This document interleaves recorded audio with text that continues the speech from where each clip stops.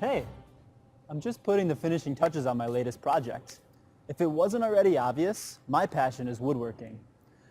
You're probably confused why someone in Silicon Valley is using their time to build physical products and not just the next Uber of Snapchat for cats.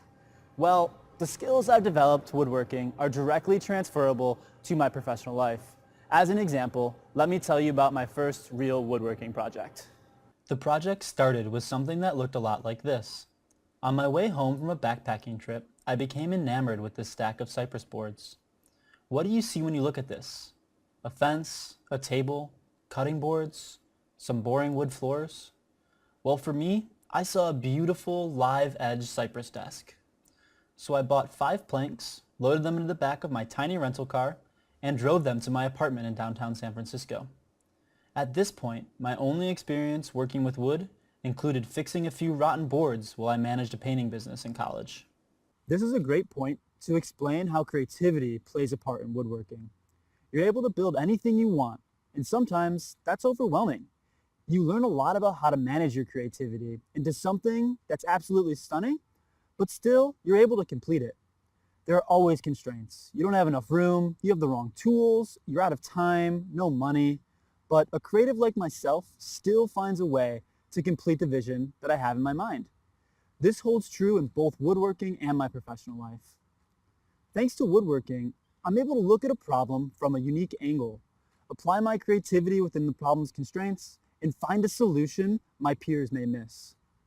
Here the boards are being prepped for the glue up, or the part where each board is glued together to form the top of my desk.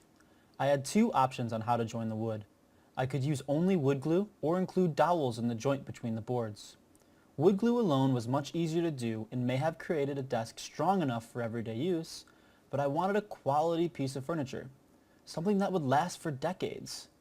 I decided to spend more time and use the dowel technique for my joint. This is the moment after letting the glue dry and removing the clamps.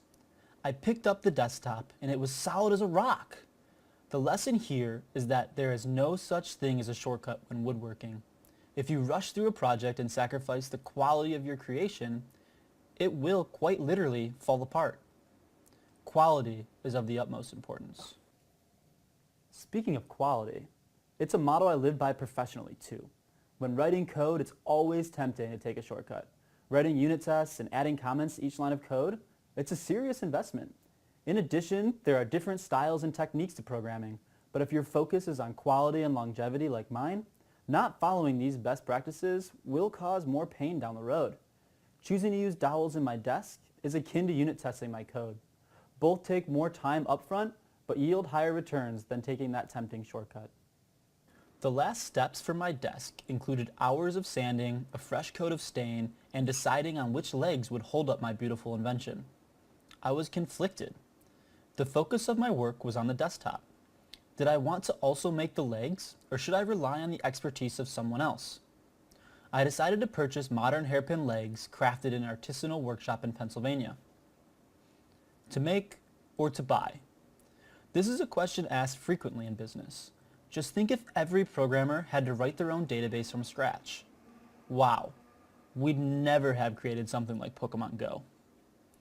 Sometimes it makes sense to focus on what you do best and let others fill in the gaps. Here's a photo of my completed desk nestled in its place at my apartment. The first desk you create doesn't come without many setbacks. You have to be committed to see it through to completion.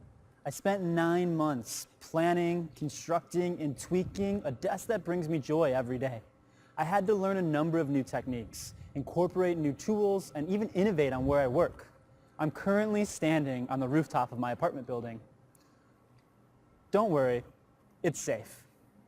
This is no different than tackling a new professional challenge.